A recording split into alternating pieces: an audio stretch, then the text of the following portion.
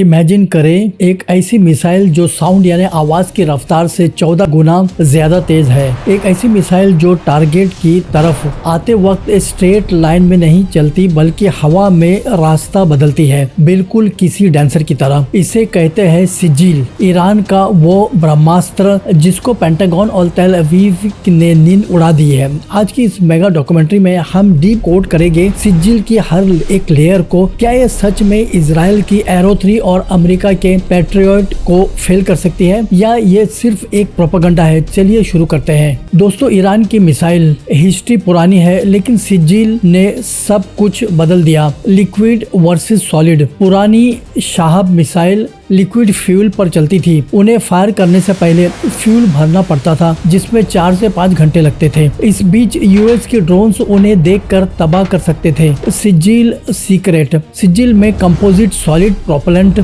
इस्तेमाल होता है। ये पाउडर की तरह होता है जो मिसाइल के अंदर पहले से ही भरा होता है। Rapid response. सिजिल सॉलिड फ्यूल इस्तेमाल करता है। इसका मतलब ये है कि ये प्री लोडेड होता है। ट्रक से निकालो, वर्टिकल करो और टारगेट पर फायर करो। स्पाइस सैटेलाइट को इसे ट्रैक करने का मौका ही नहीं मिलता। इसे सिर्फ 15 से 20 मिनट में लॉन्च किया जा सकता है। बटन दबाओ और मिसाइल गायब। सिजिल एक 2 स्टेज मिसाइल है। पहले स्टेज इसे स्पेस तक ले जाता है और दूसरा स्टेज इसे टारगेट की तरफ गाइड करता है। नॉर्मल बैलिस्टिक मिसाइल एक फिक्स पैराबोलिक पाथ फॉलो करता है, बिल्कुल एक फेंकी हुई बॉल की तरह। डिफेंस सिस्टम्स इंटरसेप्टर्स आसानी से कैलकुलेट कर लेते हैं कि मिसाइल अगले 10 सेकेंड्स में कहाँ होगा और वहां जाकर उसे टकरा जाते हैं। अब आते हैं उस सवाल पर, इसे डांसिंग मिसाइल क्यों कहते हैं? साइंस की जबान में इसे MARV कहते हैं, यानी मैन्यूरेबल री एंट्री व्हीकल। लेकिन सिजिल के पास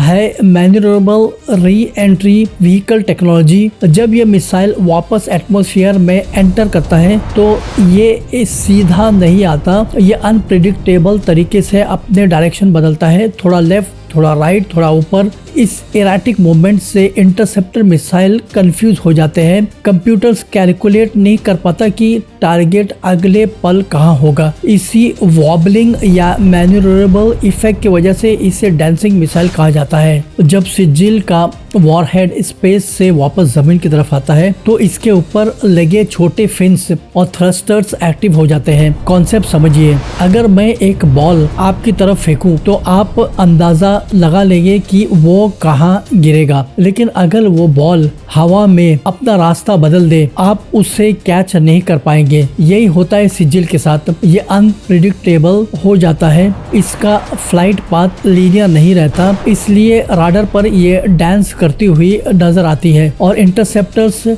अक्सर धोखा खा जाते हैं। इजराइल के पास दुनिया का सबसे advance multi layer defence system है, लेकिन सिजिल के पास हर लेयर का तोड़ है। Number 1, arrow 3। ये सिजिल को स्पेस में रोकने की कोशिश करता है, लेकिन सिजिल की स्पीड मैक 12, मैक 12-14 इतनी ज्यादा है कि एरो 3 को रिएक्ट करने के लिए सिर्फ चंद सेकंड ही मिलते हैं। Number 2, David sling mid range. अगर एरो मिस हो जाए तो डेविड स्लिंग की बारी आती है। यहाँ सिजिल अपने डांसिंग मूवमेंट शुरू करता है जिससे इंटरसेप्टर कंफ्यूज हो जाते हैं। Number 3, the saturation attack. Iran का प्लान कभी भी एक मिसाइल फायर करना नहीं होता, वो स्वयं फायर करते हैं। अगर 50 मिसाइल एक साथ आएंगे तो इजराइल के राडार्स ओवरलोड हो जाते हैं। कंप्यूटर हैंग हो सकता है कि किस पर फोकस करे और किस पर नहीं। सिर्फ इजराइल ही नहीं, मिडिल ईस्ट में मौजूद अमेरिकन बेसिस पर पैट्रियट और थर्ड सिस्टम लगे हैं। अमेरिका के लिए सबसे बड़ी टेंशन सिजिल की मोबिलिटी है, क्योंकि ये सॉलिड फ्यूल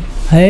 ईरान ने हजारों की तादाद में मिसाइल सिटीज बनाए हैं जो पहाड़ों के नीचे अंडरग्राउंड है। इन्हें सैटेलाइट से ट्रैक करना नामुमकिन है। सिजिल हाइड एंड सीक खेलने में माहिर है। अमेरिका का सबसे बड़ा डर ये है कि अगर फुल फ्लेज वॉर हुई तो सिजिल उनके एयरक्राफ्ट कैरियर को भी टारगेट कर सकता है। दोस्तों, सिजिल सिर्फ लोहे का टुकड़ा नहीं, ये ईरान की इंजीनियरिंग और उनकी जिद की निशानी है। जहाँ एक तरफ इजराइल और अमेरिका अपने डिफेंस सिस्टम अपडेट और अपग्रेड कर रहे हैं, वहां ईरान अपने मिसाइल को स्मार्ट बना रहा है। क्या टेक्नोलॉजी कभी वॉर को खत्म कर पाएगा या ये कैट और माउस का गेम चलता रहेगा? कमेंट सेक्शन में अपनी राय दें। क्या आपको लगता है कि सिजिल सच में अनस्टॉपेबल है।